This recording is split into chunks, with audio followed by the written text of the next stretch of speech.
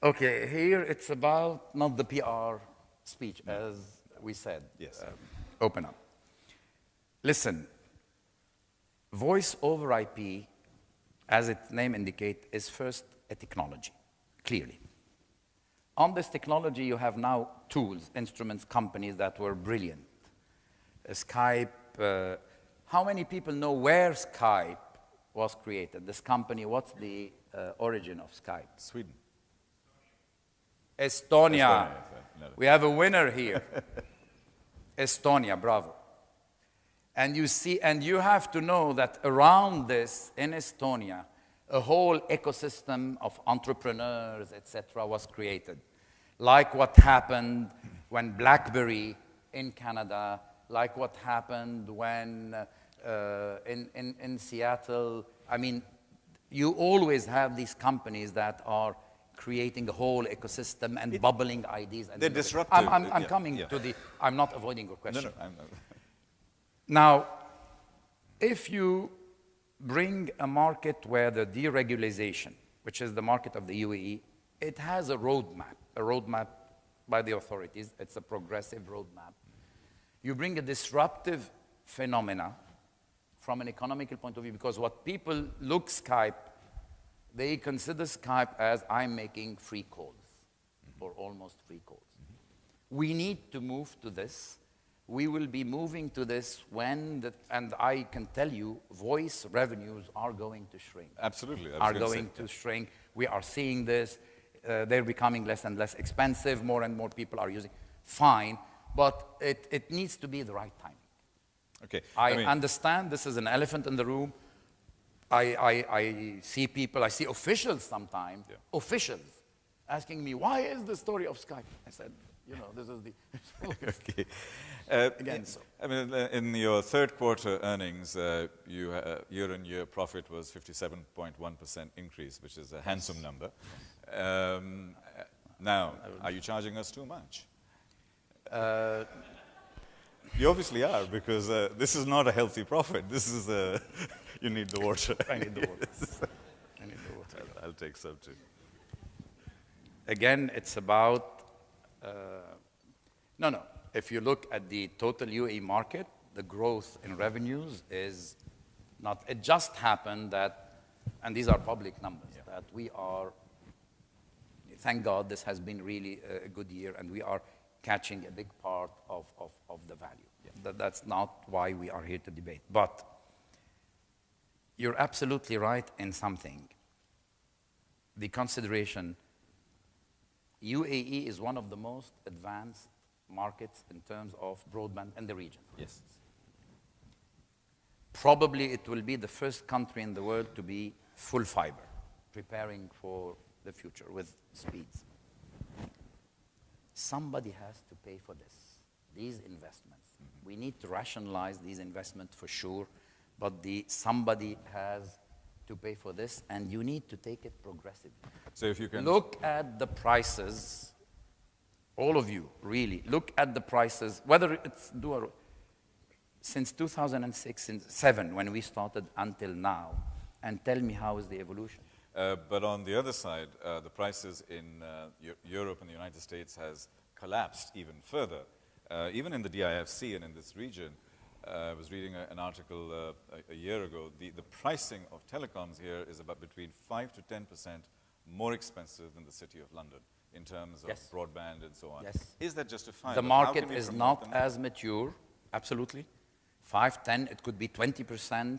The market is not as mature. We will continue offering more value. Prices will go down. That will have, there is a gliding path. Okay. There is a gliding path. Otherwise, you take the risk to disturb the entire ecosystem. Okay.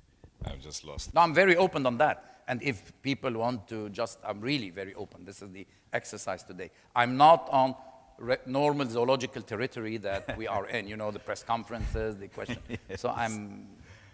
Now, let's move to your current role and your current job, which is at Du Telecom as CEO of Du. I'll just go a little flashback into the point you made earlier. You came into a country which had 100% plus mobile penetration, 70, 80% fixed line penetration. You had a big gorilla of a monopolist in Etisalat. Yeah. You had a government entity saying to you that, clean sheet of paper, you have to start. You had no incumbent operator there to lean on. Absolutely. What possessed you to take this job? It's just very interesting for an architect who would do the risk management part to take this job. Yeah. It's what I would call in rugby and in American football as a hospital pass. And you've made it into a success. I mean, I was thinking in the late days of Mobinil, okay, what is the next phase? What is the next phase? And I had some ideas about this, mobility will have a different dimension. I was talking about this. When I came here, two things, and I came in 2002, late 2002. Mm-hmm. And my wife just gave birth to Salim, who's now 10. And I told her, listen, come with me. I was asked to come for a conference and give a keynote speech. I came. She reminded me actually this. When we were in the car going to the airport, I was looking after 2 days, and I told her, I could live and enjoy this country. Mm-hmm. That's one. It's as well the momentum, the energy that I felt made me feel it's about maybe time to try. This is one. The second thing, when I did on a clear piece of paper, I said there are 3 unique characteristics. One, there was never in the world the second operator launched with more than 100% penetration. Never happened. Yeah. In Egypt, when we launched, Mobinil and Vodafone launched months after the others. So this was the second thing. Never, or probably, certainly in this region, but probably in the world, a startup started on all fronts of fixed, mobile, internet, broadcasting, etc. Today, it's not any more meaningful because of the more conversion. At the time, so that's the second thing.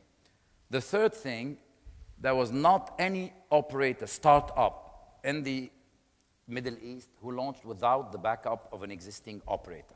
Mobile in Saudi was done with Etisalat. Mobinil and Vodafone were done with the Orange Group, Vodafone Group. Jazzy in Algeria with the Orascom Group. Nauras in Oman with QTEL, etc., you name them. There is not one who launched without the backup.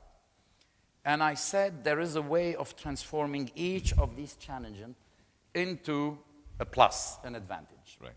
And here is the belief in people. Here is the belief in people. I said, okay, I don't have an incumbent operator, which means I'll be bringing all these people from all places, but I don't have a culture that will come with the operator. This is what happened. Yeah. In Egypt, we were suffering because there was too much of the France Telecom culture that you need, and that's not adaptable necessarily. I am sure that people who did the mobile story, this was it. So I said, we will start free. The challenge, I call it the Real Madrid syndrome. It's not because you have all the best players, Real Madrid, and I'm not a football expert, so please don't corner me. My son is the greatest football expert. He will, beat any challenge. They had Zidane, Fuego, etc., Ronaldo. Doesn't mean that they were winning every match. No. This is where I said that will be a great thing, this orchestrating thing. And I really felt that this would be, and honestly, the early days, it was such an excitement in making things happen.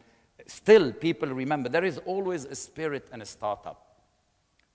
The biggest risk today for us is to become an incumbent. Right. If I don't keep this flame, I will not be doing my job, because that, I think, what is the most important thing. And then on that, I said, the challenge of having expectation, because everybody was asking me, there is Etisalat, what's the recipe? Is this a new technology? Technology is not a differentiator. Yeah.